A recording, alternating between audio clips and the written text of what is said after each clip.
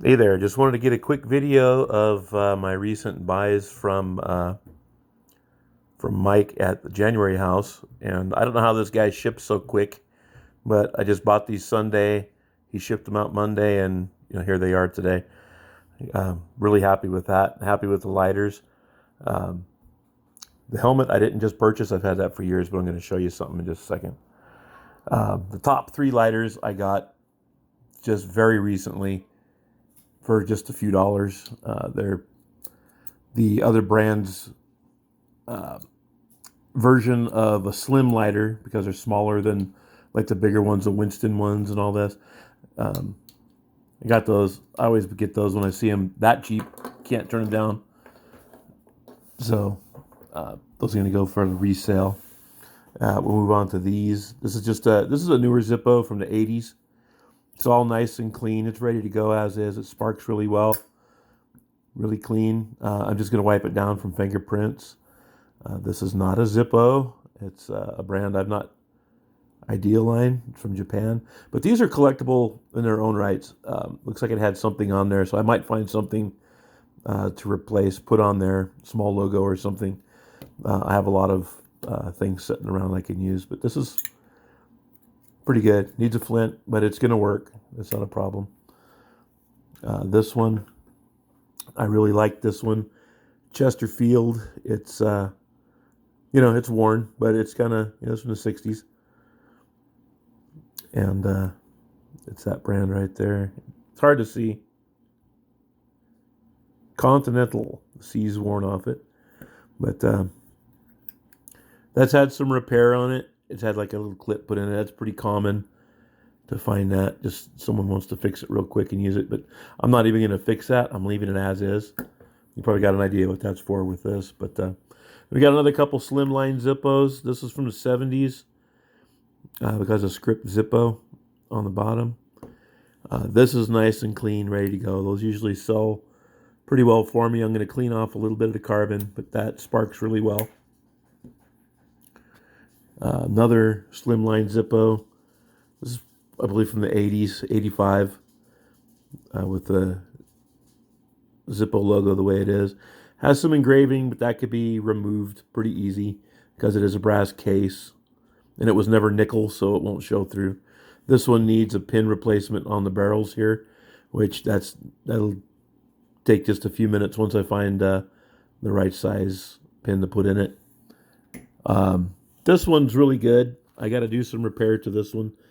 Prometheus, KKP, those lighters are very good. It's like a torch. Um, Still in good shape. I mean, considering being used and all, got some scratches on it, but that's not going to make a big difference. The problem is this filler. So it's kind of video. It's kind of blurry, but this filler gauge here, I believe an O-ring is messed up on it because I put a little bit of fuel in it and it leaks out the bottom, sprays right back out. So that might be an easy fix. It might not, but we'll see. I think I'm going to keep that one just for fire starting. It's a really concentrated flame on a torch-like deal for fire starting. Would be good because I don't smoke. So that's a really good one. That these retail from $20 to $30 all the way up to 60 or comp to values, but in better shape. This would probably be. I probably wouldn't sell that for less than 25 just because of how good it is. This one, this one's a disposal. I haven't found out too much about this yet. I haven't looked it up, but I figured out how to get it apart. I'm going to do a separate video on this after I clean it because that lifts out. You take this off, and this little cylinder, it's a flame adjuster, but it also pops out, and that's how you fill it. But I got it to work. It's just all carboned up. And what I did is I put the cylinder in backwards so the flame would come out towards my hand. But I didn't put very much in there. Look at that. That's like way too high, and that's down to the lowest. So it needs to be cleaned. It is definitely not safe. But imagine that flame coming out this way toward my hand after I lit it. And so it was kind of funny, waving it around, blowing on it, trying to get it before it burnt my hands. And but Yeah, that'll get cleaned up, and I'll throw it, take it apart. I'll empty the rest of the fluid out of it, just let it spray out without lighting it, and throw it in the ultrasonic cleaner and clean out that little port, and that should take care of everything. Now, there was mentioned on the auction when I bought these, John was saying, oh, he's probably going to get that and put it in one of his helmets. And that's what I was going to do. This is a helmet from the Vietnam period. And I don't have the right type of strap or a retainer on the helmet liner to keep the helmet liner tight. The early ones like this had like an inner tube type of material. I'm actually going to look for some old inner tubes and make one to go on it. But you can see this is a Mitchell cover, reversible camouflage. But the date on it is 1969, so this was wartime. It's got a little bit of rot on it from just setting, but after I've taken care of that, it's not going to happen again. You can see the other side is green. So it would be just the opposite on the other side. I'll put that back in the way it belongs in a minute. But these covers in themselves are extremely expensive nowadays. I remember I used to get them for $0.25 a piece at the flea markets or garage sales and get them in huge lots. They're all in my helmets. I buy them whenever I see them.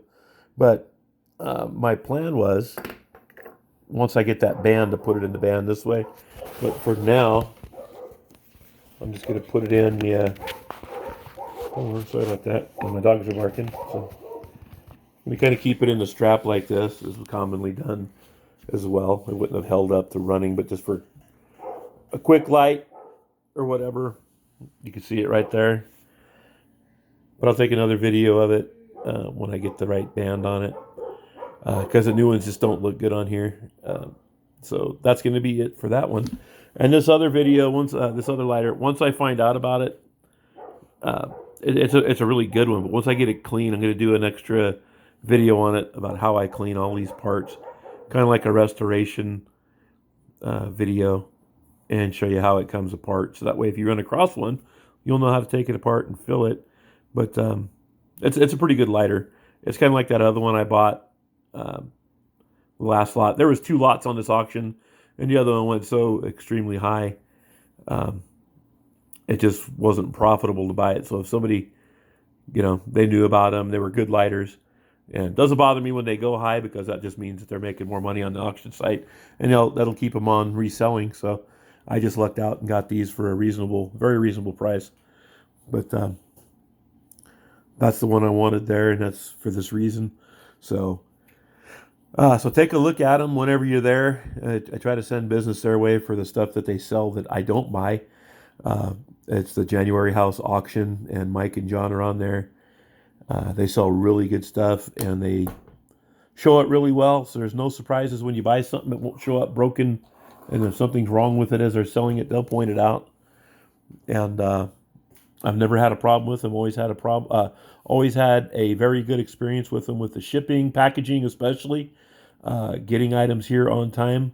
Never had them late with anything, except once when the mail lost it, but it wasn't even their fault for it. So that was back when the COVID was full swing and mail workers weren't on the job.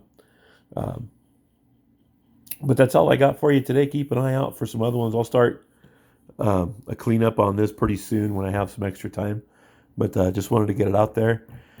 Go check out Mike at the January House Auctions and his regular channel, the January House.